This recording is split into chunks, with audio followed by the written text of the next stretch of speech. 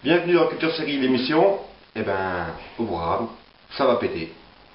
On se retrouve après le générique.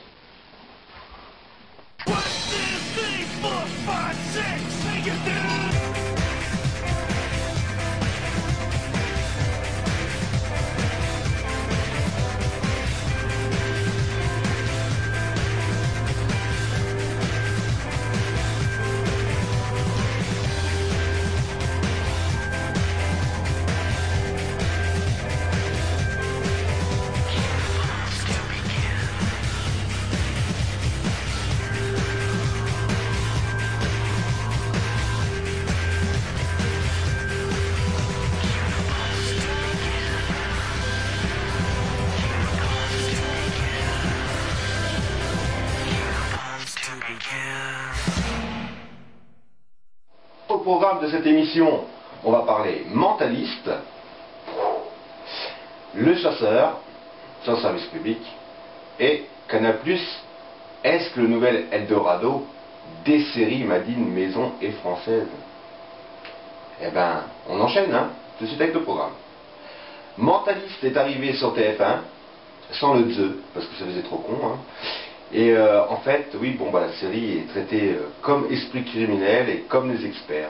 C'est-à-dire, on vous passe, hein, on trie un peu, hein, les épisodes dans n'importe quel sens, on vous propose le meilleur pour fidéliser le public, et puis bon, bah, pour le reste de la saison, il faudra soit attendre 22h30 le lundi soir, soit vous aurez les épisodes les plus mauvais, bah après. Alors qu'il y a un fil rouge dans Mentaliste, avec John le Rouge, bien sûr, bah, la série, elle se voit dans l'ordre. Hein. Qu'est-ce que vous foutez chez TF1 Faites chier le monde, quoi, hein, quand même. C'est pas compliqué de passer une série dans l'ordre. Mais bon, à force de vous le rabâcher, hein, dans 30 ans, il y aura peut-être quelqu'un de sensé, quoi, à la diffusion des séries. Ensuite, Le Chasseur connaîtra-t-il le même sort que David Noland et Clara Scheller sur le service public? Rappelez-vous, David Noland, 6 épisodes annulés au bout d'une saison, Clara Scheller, une saison de 6 épisodes, puis 3 ans après, une autre saison de 6 épisodes, pour être annulée à la suite.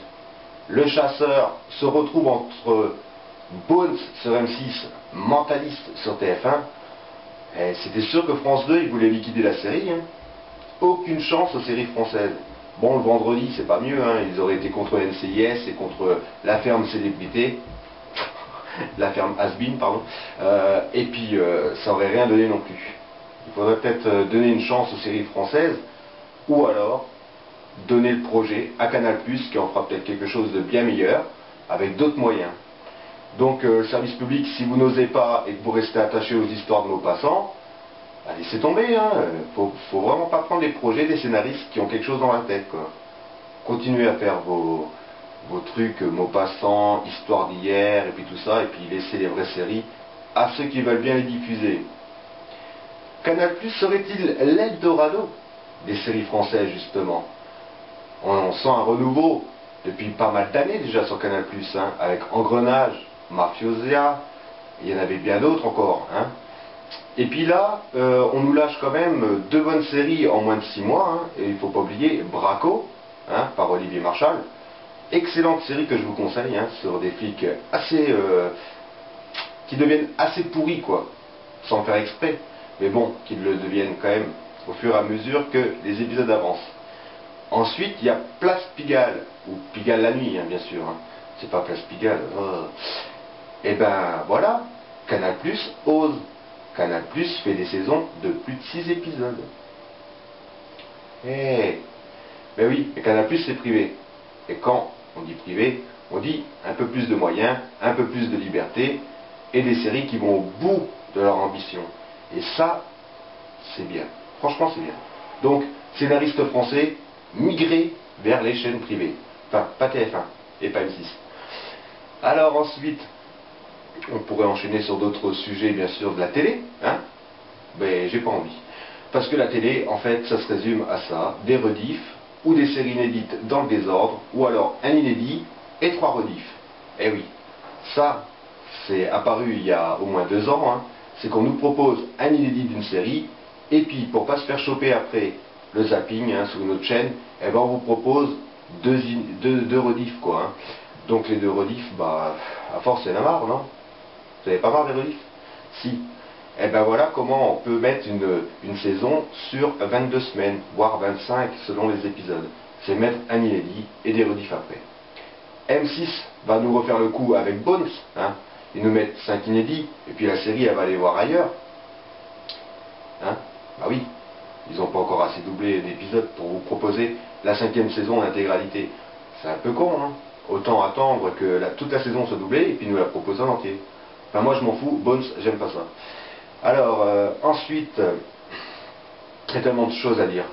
Et bien tout le reste c'est du DVD, voilà. Moi je me suis tapé ce mois-ci là, hein, les experts saison 7, dans l'ordre bien sûr. Alors à l'époque j'avais fait la réflexion que les épisodes dans le désordre de la saison 7 des experts, ça allait pas coller quoi à la diffusion télé. Et on m'avait répondu, oh oui, mais tu sais, si on te l'avait pas dit dans quel sens ils étaient, tu n'aurais rien remarqué. Bah oui, c'est marqué le bouffon là. Alors un petit message à l'ennemi de Dark Vador, hein. Eh ben j'avais raison, parce que la saison 7, si j'avais regardé sur TF1, eh ben j'aurais rien compris. Alors, oui, les experts, il y en a peut-être de trop à la télé, mais franchement, ça vaut le coup de mettre des sous dans les coffrets. Parce que les coffrets vous proposent beaucoup de bonus, les épisodes dans l'ordre non censurés, hein, et Fou Furieux, qui n'était pas passé à la télé à l'époque. Hein, donc on a un peu du mal à suivre l'intrigue de la saison 7 si on ne voit pas cet épisode-là. Voilà, c'est simple. Il y a deux intrigues parallèles. Il y a le tueur aux maquettes, l'agression du jeune laborantin, hein, Greg. Eh ben, c'est à suivre sur toute la saison 7 et pas sur 3 ou 4 épisodes. Donc voilà. Ensuite, j'ai maté Sons of Anarchy. Alors, c'est vraiment pas mal. Bon, les 2 premiers épisodes peuvent vous faire fuir, peut-être. C'est juste le temps de rentrer un peu dans la machine, mais ça dépote, c'est puissant, je m'attendais bien à pire au niveau de la violence et tout ça, mais sinon, oui, c'est vraiment pas mal.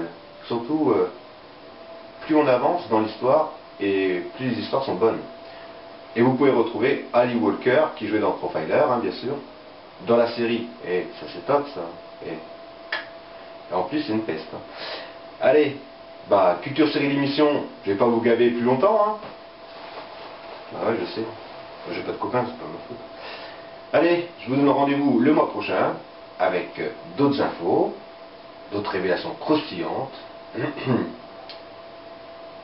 Ciao les blogueurs.